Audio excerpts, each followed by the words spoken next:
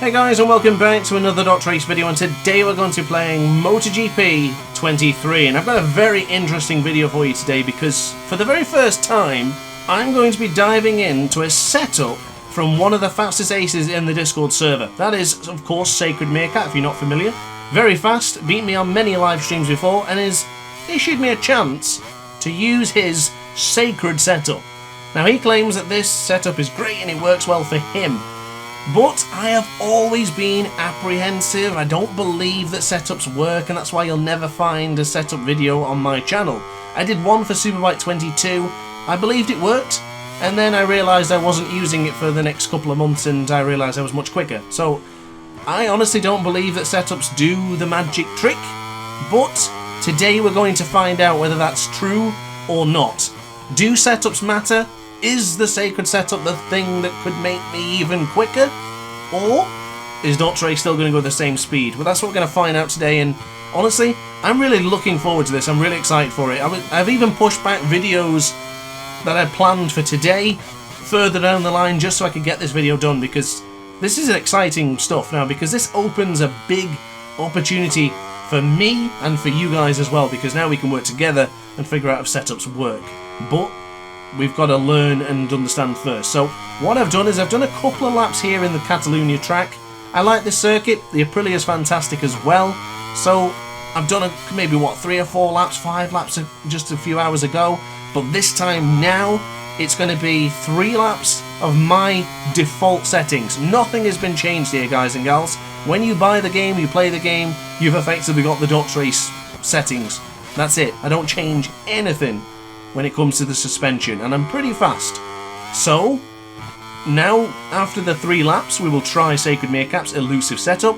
It will remain elusive, and unfortunately has asked me to not share it with you guys. He may share it in the future, but if he feels like he's got something, you know, up his sleeve, then I can't blame him, because everyone needs a bit of an advantage when racing some of the fastest riders online in the likes of MotoGP Live.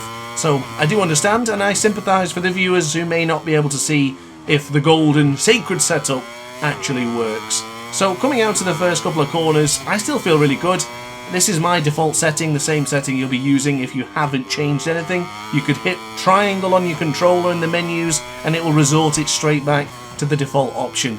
So what we're going to do, 3 laps here, and then we're going to move across and try SacredMeerkat's settings. So into the final part of the track here now, going into Sector 3 and then into Sector 4. We're up by a couple of tenths of a second compared to the previous lap, but it's not my best. I think it's around top 10 position as it stands, so I'm happy with the position here in Catalonia. Do very much enjoy this track, and I've got to be honest with you, the Aprilia feels fantastic. It's a very comfortable bike to use, which may be an interesting bike to be using for future time trials, I will say. I do see a lot of Aprilias in the top 10s, but across the line in a moment, we do improve on our lap, but we don't improve on the best and the record I set earlier on. So this is the final lap of the default settings, because if you're ever going to change something, it's best to do laps on the current setting, the current bike, the current tyres, before you move across. Now, I do use the hard front and the medium rear in pretty much every situation when it comes to MotoGP. The only time I'll change it, I might change to a soft rear rather than a medium rear, but that's pretty much it. Hard front, medium rear is a combination that is fit for a king and it's fit for a doctor as well. I do really enjoy this setting. And I've also changed the electronics as well. We could debate whether they make a big difference for the setting later, but for now, it is what it is. Everything will be the same as these 3 laps here for the next couple, and then finally when I go back to my own settings, we'll see the comparison.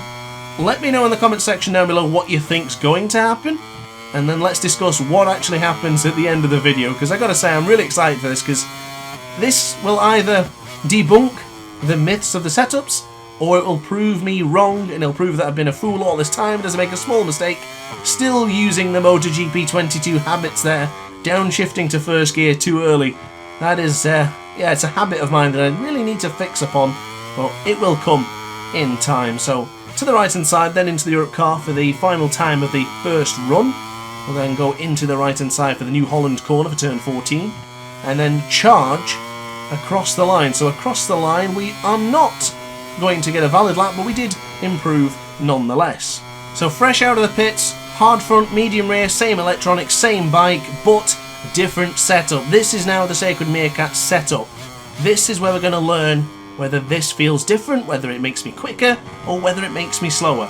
And so far, the biggest changes were the gear ratios. Again, I can't tell you which they were, and I'm no doubt you're going to ask which ones they were, but unfortunately, he's given me this and asked me not to say anything about it. So, as far as I'm concerned, the gears did feel different. The gear ratio, of course, was quite significantly different to the default. Regarding the bike feeling and suspension, I really can't tell. There's nothing here that is selling to me that this is a different setting. Maybe, I don't know, maybe it just feels a little bit more powerful, let's say. You know, I might have wheelied a bit strongly coming out of turn 6 there, but entering into the TB3 I'm still relatively about the same pace. I'm a tenth down, but I did make a small error coming out of turn 9 there, and I'm getting caught on the rumble strip. Now, it's not all just about lap times, it's about the feeling and the sensation of the Aprilia. And so far, pretty good entry into Lacaisha there. That's a very nice entry. But is it going to make a difference over a long period of time? Is the setup really making me corner better? Or is just the fact that I'm doing the 4th lap that makes you improve? Because I get frustrated when I see people online say a setup's made them 1 second, 2 second, 3 second quicker. At that point, you've put in some serious lap times. You're not giving yourself enough credit there, guys and gals. It's used on the donkey work, not the settings. So even if you went to default, you'd still be doing very well. But anyway, digress for that for now, because the first lap on the Meerkat settings, the 37.749, could be an improvement due to the setting, or it could be, again, as I just mentioned, the sense of feeling and the feedback that we're now learning and the muscle memory's kicking in. It's a good lap. It's, what, the same? Not as fast as my errored lap time on the previous lap, but still very solid. And I can only really say the biggest difference, as I mentioned on this part on the previous lap, is just the gear ratio. It makes the bike feel a bit more powerful, which is very pleasant, I will say.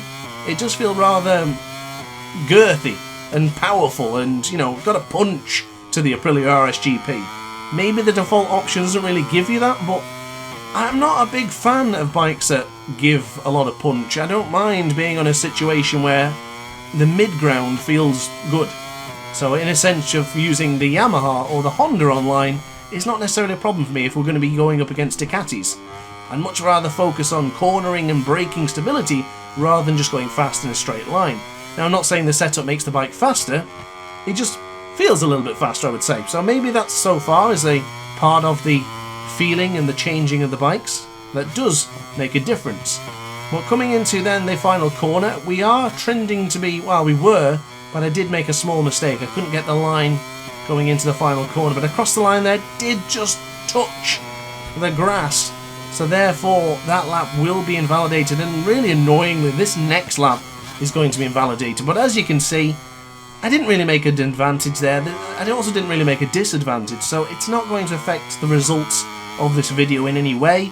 I'm quite confident to say, even if it's invalid or valid, it's still a very good solid test, and this is what this video has been about. And that's another reason why I chose the testing livery on the satellite Aprilia. Looks nice as well. It's probably nicer than the actual livery itself for the RNF With You Aprilia team. I actually don't even know if they have the With You sponsor. No, they don't. It's just the RNF team. So going into the Repsol corner for turn 5, pretty good exit there. And I just balanced the throttle a little bit better now since the bike feels a little bit more powerful. Too strong on the brakes going into the TB3, and as you can see, the hard front there, glowing red. That's a really, really warm tyre at this stage. Now, you could discuss and debate. It could be the fact that the suspension has changed that, and that 4 has probably made it a little bit... Yeah, it is really warm. I don't recall it being that warm for the previous few laps, but again, I can't say I was paying that much attention to it. I'm really focusing on the feeling of the bike, because whether it does show red and you're still going quite confident, you're still going quite comfortably and confident, then I wouldn't panic too much about it. You know, even in Ride 4, I've had videos many times where the front is just glowing red, and yet we've still been able to put in some good laps. But nonetheless, that's another 1:37.9. So that's very, very consistent lap times coming here in Catalonia. Very, very close to each and every single lap time. You could throw a blanket over each one of those and they'll all be under that same blanket as we cross the line. But I am going to give this one more lap because I would like to end the SacredMeerkat part and the setup with a nice valid lap time.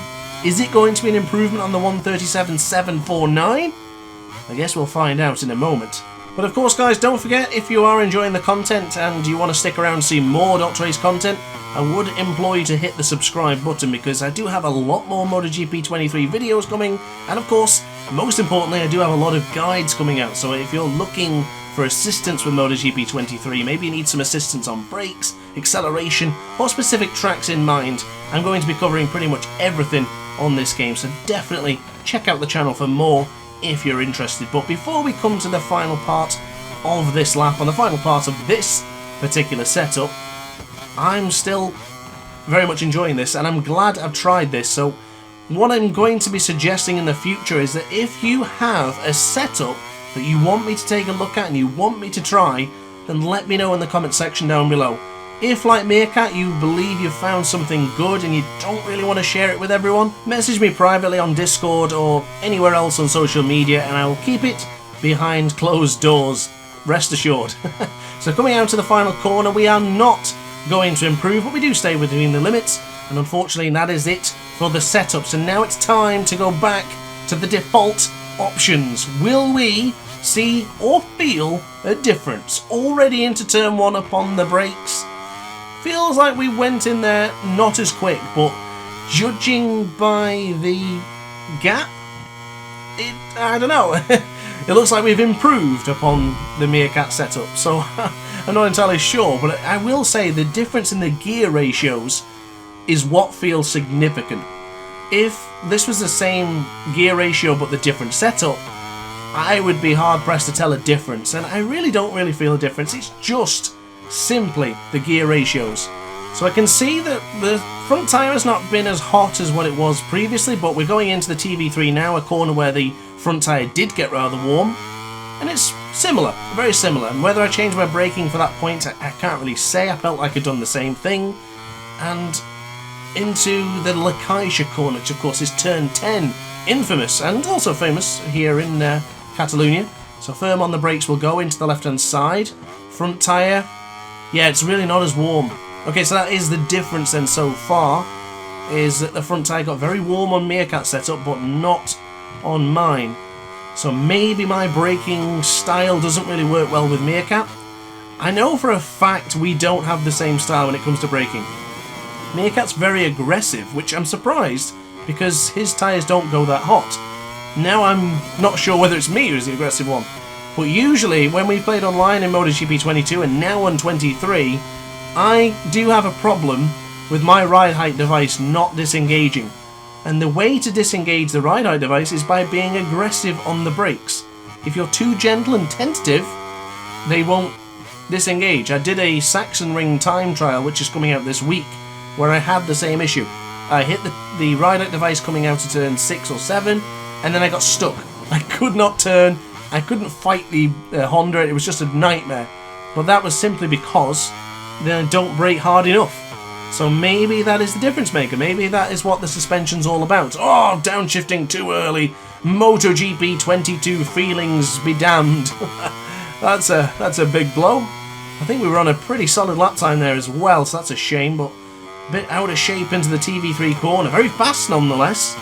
And we're still on it for a possible improvement on the 1:37.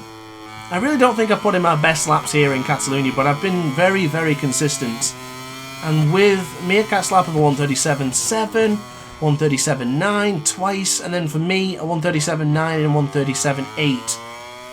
There's nothing in between of these lap times. It's so marginal, and I really don't think there is a setup that is just instantly going to make you quicker. It might give you a better feeling, it might give you a better sensation, which will probably give you a better time in the long run. But as we approach the end of this video, I'm going to still stick with my feelings and say it's a myth. So there you go then, guys. that's it from me. I do hope you enjoyed the video. This has been a very interesting video for both me, and I hope you guys as well. If it has been interesting, or if you've learned anything today, let me know in the comments section down below. And if you want to see more videos like this, and even better, if you want me to try your setups, let me know in the comments section down below, or even message me privately on Discord. But guys, that's it from me. Thanks for watching. Don't forget to like, comment and subscribe, and consider joining the DrAce pit crew for elusive emojis and for other extra bits. Thanks for watching, and ciao for now. Oh hi! Didn't quite see you there. Good to see you're still here. If this video didn't quite set your appetite, then why not watch some more DrAce content by clicking the video shown on screen now. Furthermore, if you would like to follow me on social media, you can do so now with the links down in the description. Consider subscribing so you don't miss a single DrAce video.